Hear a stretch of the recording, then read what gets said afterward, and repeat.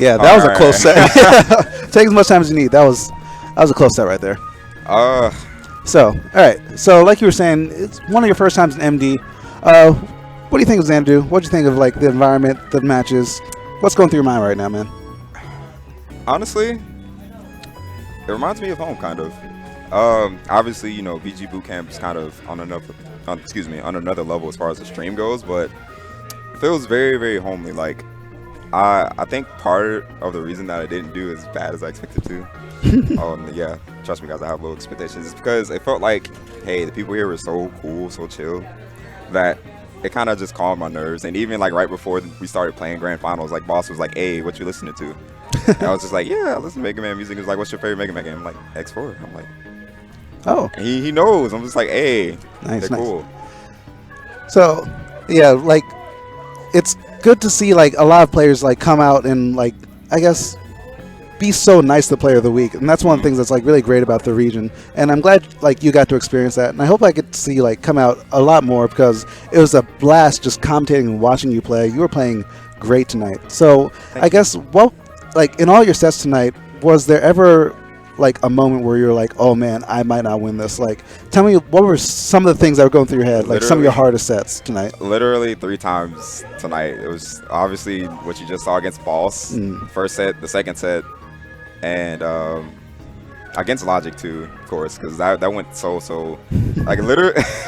Logic's over here shaking his head like if I just had one more shot at the literally. I made one mistake, and basically Logic took it as far as possible, took it to a stock and another game, and I was just like, because I don't remember what it was what I did off stage. I remember you grabbed the ledge and then you dropped down to edge guard me and you forced a regrab. Right. So since you had to regrab, I spiked you once and I 2-framed you. Oh, okay, yeah. So that one mistake, that was wild. Yeah. That one mistake cost me so much more. And then stress. game 3, you F smashed my shield in neutral, but I grabbed you instead of an F smash. And I was just like, all right, yeah, definitely those 3 sets. At the time, it was just more so like, okay, calm down, don't fall for your nervous habits. You know what to do here, because generally speaking, I have a really, really bad forward smashing habit, as Logic stated, where I'm just like, I need to get this kill, but I don't know how. And a lot of the times, I catch people trying to jump, and I'll just forward smash their landing, because forward smash is transcendent. So I just trade with that, and I just try to win from there. However, like 90% of the time, most people just sit and shield, and it doesn't work. So it's just like, oh, it has a lot of that too. Yeah, I want the move to be good, so good. If someone's bold enough to jump against 1,000 pellets coming at them, they deserve to lose. Who's jumping? You're right. You'd be surprised. It's Mario, Sheik, characters like that. But I usually fall back to that, and I'm like, don't do that. Just don't do that. Just literally tell yourself verbally, and that's what I like to do generally. If a match is close, or I know I have a habit that I notice from my opponent, or my opponent's noticing my habits, I literally just verbally say, don't do X thing, so that I can just break it from my mind. And that kind of adaptation is like really good in the top player. I can like see you were adapting great out there, and like showing a lot of really like smart tactical play. And one of the things I really liked also is that you weren't afraid to slow it down when you needed to. And that's something like big that a lot of players should take note of. Yeah, like honestly, Mega Man when played, Mega Man can be played a certain way that you very rarely see in tournament. Even from me, like obviously I have a very campy Mega Man, so I have to do against Luigi.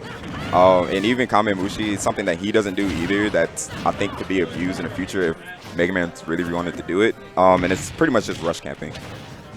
Just because if you bounce off rush, not many characters can do anything about it if you have the lead, because you can choose to land with like a down air and just trade whatever hitbox they throw out, or you can just choose not to land on rush, because Mega Man's aerial mobility is so amazing. His aerial acceleration is I'm pretty sure it's the best in the game.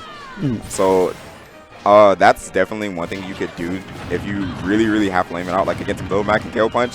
I thought, well, this is gonna look really, really dumb, but I also want to win. So gotta do what you gotta do. Yeah, I'm sorry I forgot the Low Max player's name. Obviously good player, but I realized like, hey, let me just not fight you. I will literally just jump on the platform, stay on rush, and watch to see what you can do. And shout out to Soul, he knows what to do on the ground, but I feel like if you're on the platform, Mac has aerials and that's spotted, and you're not gonna generally commit to that. So it's even scarier if Mega Man gets the lead, and he can do that against a lot of characters, but you don't see it often just because it's considered lame, I guess. or just underutilized. I mean, hey, Lame can win games. And as we saw like throughout the summer, you're making a lot of waves out there. I have 2 more questions left for you. The first one, where else are we going to see you this summer? Summer of Smash, I'm hoping to see you out there playing a bit more. All right, so I will be around quite a bit. You will see me at pretty much every major that I can attend. So for the next 2, 3 CEOs next week, right? I think so. If not, next week and the week after. Yeah. That's my next tournament. It's the week after. Okay. So starting from CEO, I will literally be at a tournament for pretty much the rest of the summer. So CEO, then What the Fox 2, July 7th through the 9th, I think that weekend I'm taking a break, and then after that Evo. Nice. And I'm thinking about going to 2GG K-Tar Saga, but you know, that's a little bit down the road. All right, so you got a pretty good summer lined up. Hoping to see you like take a lot more names and do really well out there. And last but not least, you know, congratulations for winning tonight. Thank you. You know, people are saying MDVA is free, but we made you sweat a bit. Is all I'm saying. You know, is all I'm saying. There's some good sets in there. You'd be surprised. Like I sweat every match, guys. Like people don't understand. That was actually the question I wanted to ask. Right. What is your opinion of the competition level in our region? Because obviously you might hear one thing depending on what player you talk to. What's your thoughts? Please, just kill the stupid stereotype that MDVA is free. They're not. I promise you. Kill the memes, Just man. basically, just challenge to all of you. Just come out to MDVA yourself and try, and see how free it is, quote unquote. How was the trip down here?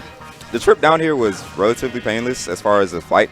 There's one part where it's kind of like we kind of dipped a little bit. It was a little scary, but it's my second time on the plane. But otherwise, pretty flawless. I had no problems. I enjoyed my trip down here. Just had, you know, I'm glad that I had the hours that I did to spend down here because I've only been here today, but already, again, this scene feels like home to me. So I'm definitely glad to be able to come out. What are the biggest differences between, I guess, Georgia, which is where you're from, right, Maryland, and then the scenes? That's a tough question. That is a tough question. I think Georgia as a whole may be slightly stronger just because lies and slander. Just because I don't know. I feel like some of our players just kind of push the metagame to the absolute limit.